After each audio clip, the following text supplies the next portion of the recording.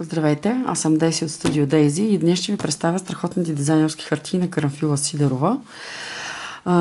Това са хартиите от колекцията Малко черна рокля, които съм разпечатала на 300 грамов картон.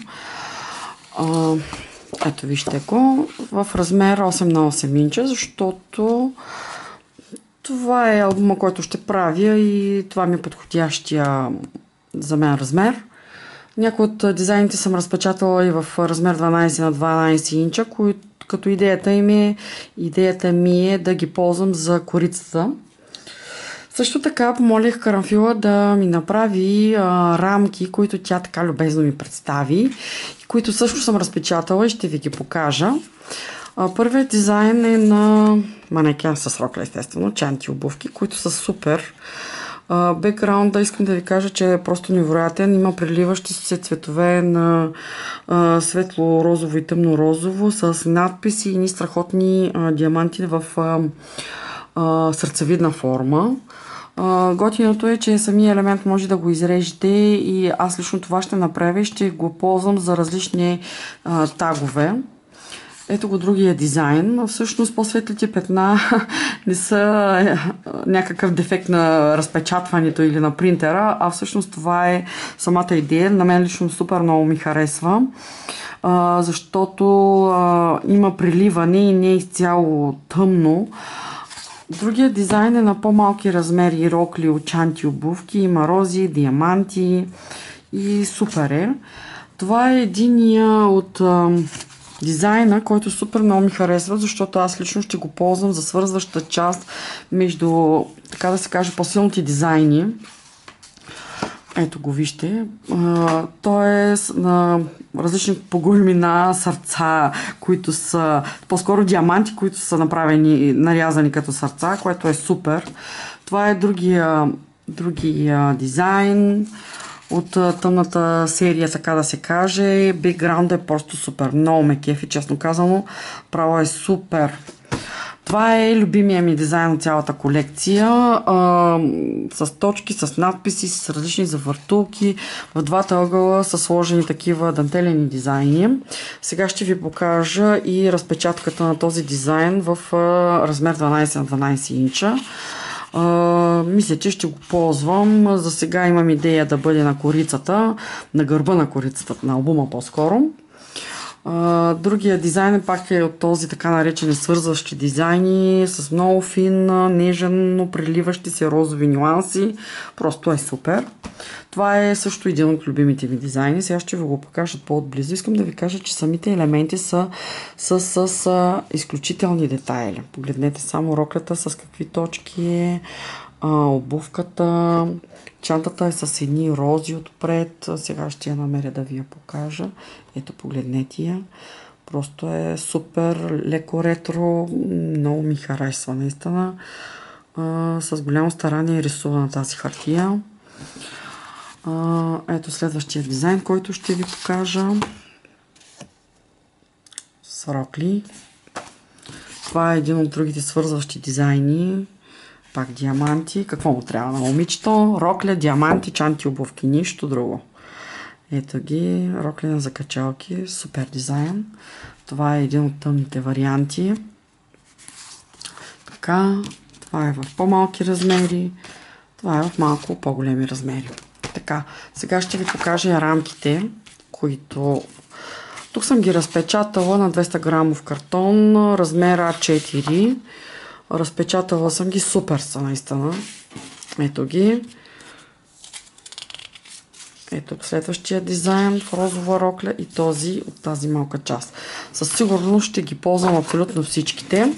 А това е дизайна, който супер много ми харесва, който всъщност първоначално го разпечатах на лист А4, но дизайна си отряза отгоре, затова реших да го разпечатам в този вариант. Той излезе супер. По този начин може да се ползва за начална корица, за надписи, за поставяне на снимка, за шейкър картичка, въобще за всичко, каквото се сетите. Наистина тази колекция е много готина. Аз лично на мен много ми харесва. Сега ще ви покажа и част от другите колекции, които все още не съм разпечатала, но ги имам И наистина нямах търпение да ги видя и затова разпечатах по един лист от колекциите. Това е колекцията с слънчогледите, но не по-тъмните, тези по-светлите. Всъщност аз много търсих слънчогледи, които лично на мен да ми харесат като дизайн. Много трудно се...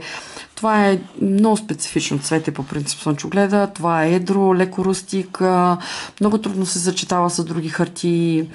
Много отдавна търся слънчогледи, защото, знаете, аз съм от Добруджа, аз съм откърмена с пшеници, слънчогледи, макове и тичинки и разни такива истории. Просто страхотен дизайн, страхотна колекция. В близко бъдеще ние ще ви я представя. Ето, вижте ги слънчогледите, просто са страхотни. Наистина много хубаво нарисувани. Бекграунда на самата хартия е страхотен. Виждате ли ги слънчогледи и в много хубави нюанси. Отпечатъкът е просто перфектен. Виждате ли го? Да. С листенца, завъртулки и разни други такива тревички. Наистина е много готина хартията. Избрала съм ви този дизайн, защото той съчетава в себе си цялата колекция, която е налична. Също така искам да ви представя една от колекциите на бебешките хартии. Тя е супер подходяща така и за момиченце, така и за момченце. Харесвам и тази колекция, че в нея се съдържа различни тагове, които аз много държа да има във всяка една колекция. Ето ги. Много хубаво се отпечатва. Бекграунда е с едни чертички. Не знам дали се вижда. Да, така се вижда. Хипопотамчета, маймунки, листенца и едно много фини чертички, които вървят отзад. Цветът е нежен, бежов, бледосин. Супер е просто. Наистина тази колекция на мен много ми харесва, защото е много с нежни цветове. И последната хартия, която ще ви покажа, това е от серията на русалките, така да се каже. Те са в два цветови варианта, в синьо-зелен нюанс и в този розовия вариант. Аз естествено, докато си настроя принтера, си обърках и на лист 12 на 12 го отпечатах 8 на 8. Това няма никакво значение.